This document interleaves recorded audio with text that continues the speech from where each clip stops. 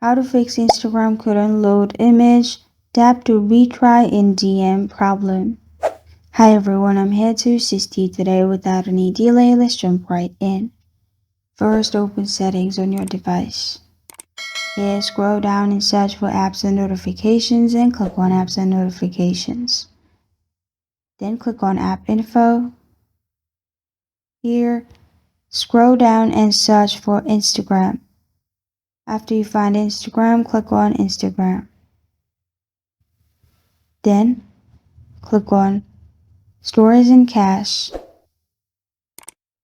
Click on Clear Cache and Clear Storage. After you've done that, open Play Store.